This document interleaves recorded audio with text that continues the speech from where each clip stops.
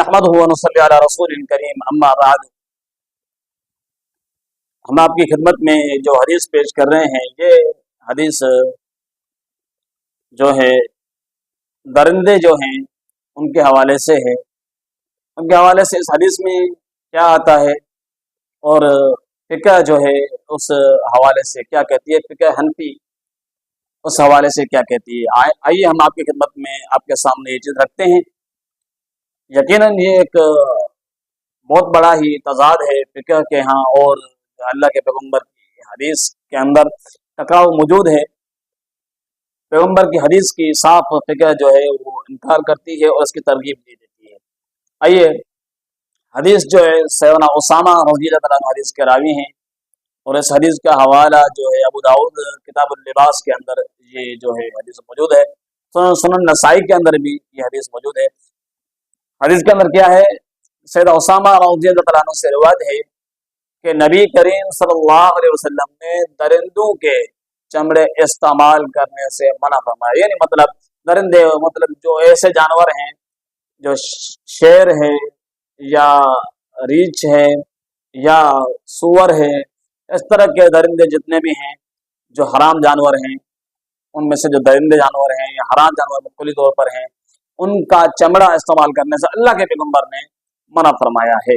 अब पैगम्बर की ये बात यहाँ तक हमने आपकी खिदमत में पेश की। अब हम आपको लेकर चलते हैं कि पैगम्बर की हदीस के बरअक्स फ़िक़ह क्या कहती है इस हवाले से।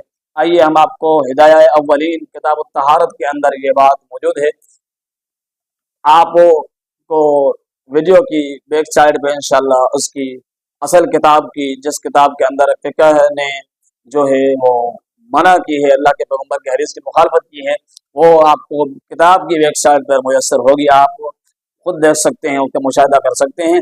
अभी हम आपकी खिदमत में पेश करते हैं फ़िक़ह हनफी जो उस किताब के अंदर मौजूद है कि हर चमड़ा दिबागत के बाद पाक हो जाता है, उसमें नमाज पढ़ना या उससे वुज़ू करना जायज़ है, मगर खिंजीर और इंसान का चमड़ा पाक नहीं होता।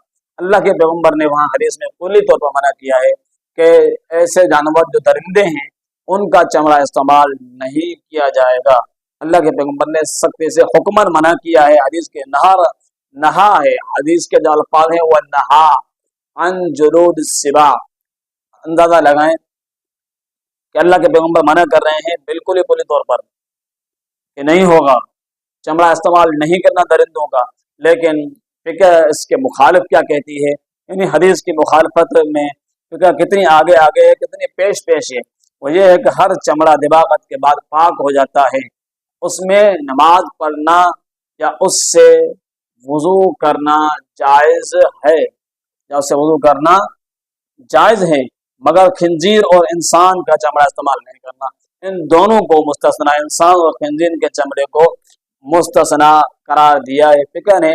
बाकी जितने भी दरिंदे हैं उनके चमड़े को आप उतारें।